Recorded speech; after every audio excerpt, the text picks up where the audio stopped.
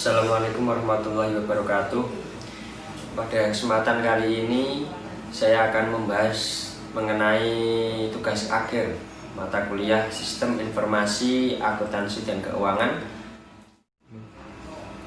Ya, tugas akhir saya membahas materi tentang sistem simpan pinjam dari koperasi.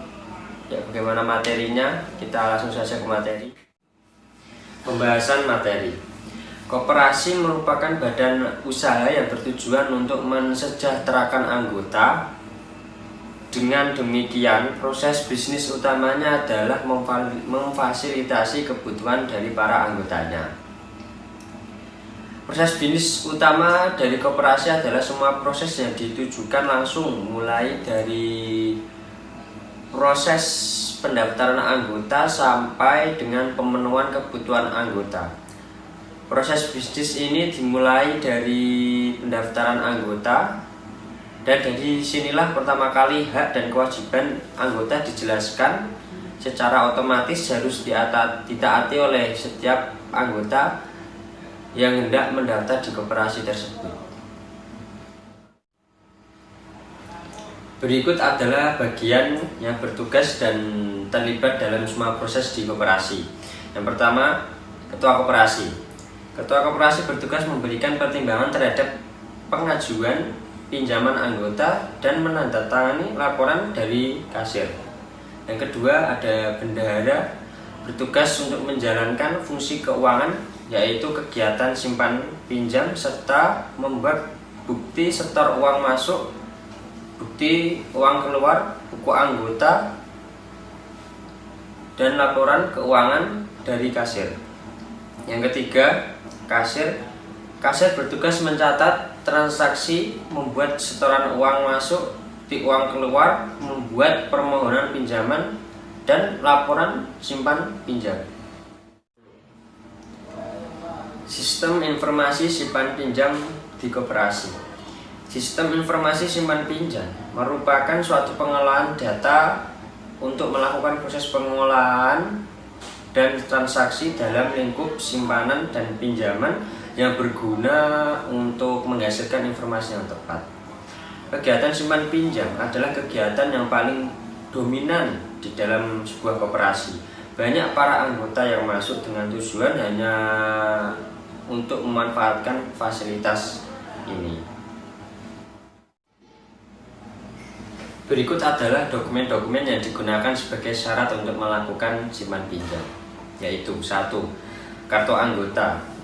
Kartu anggota berisi data kegiatan simpan pinjam anggota yang digunakan sebagai bukti untuk simpan pinjam. Yang kedua, bukti setoran uang masuk. Merupakan dokumen tentang setoran simpanan anggota yang digunakan sebagai bukti setoran simpanan anggota.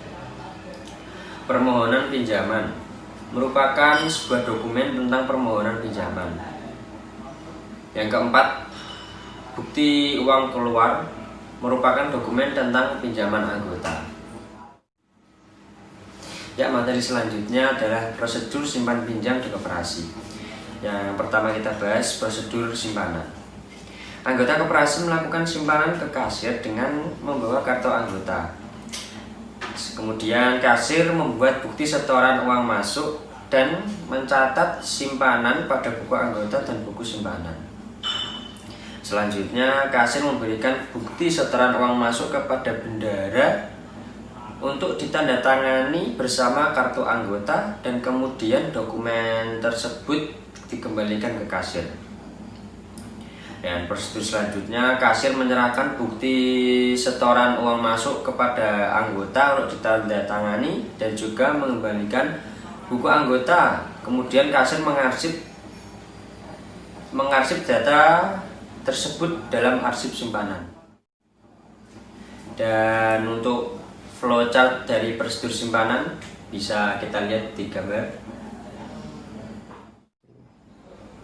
Yang kedua, prosedur pinjaman. Pertama-tama anggota datang ke kasir dengan membawa buku anggota untuk melakukan pengajuan pinjaman.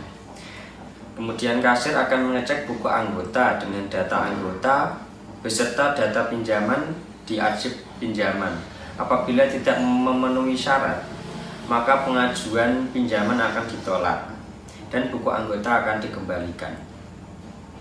Jika diterima, maka anggota harus melakukan pengajuan permohonan pinjaman. Anggota membuat permohonan pinjaman ke kasir dan kasir akan memberikan permohonan pinjaman beserta kartu anggota kepada ketua.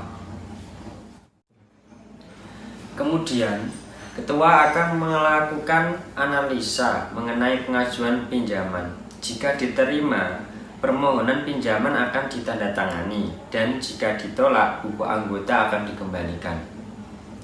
Kemudian kasir akan memberikan permohonan pinjaman kepada anggota untuk ditandatangani dan mencatat pinjaman dalam buku anggota dan bukti setoran uang keluar.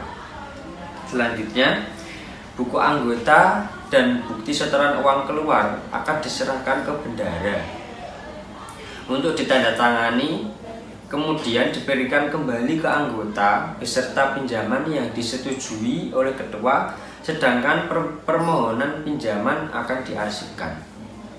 Dan selanjutnya, anggota akan menandatangani BUK dan mengembalikannya ke kasir untuk diarsip di BK. Ya, untuk flowchartnya bisa kita lihat di gambar yang ada di samping. Ya, sekian materi yang dapat saya sampaikan. Apabila ada kekurangan dalam pembuatan dan penyampaian materi, saya mohon maaf yang sebesar-besarnya. Sekian dan terima kasih. Wassalamualaikum warahmatullahi wabarakatuh.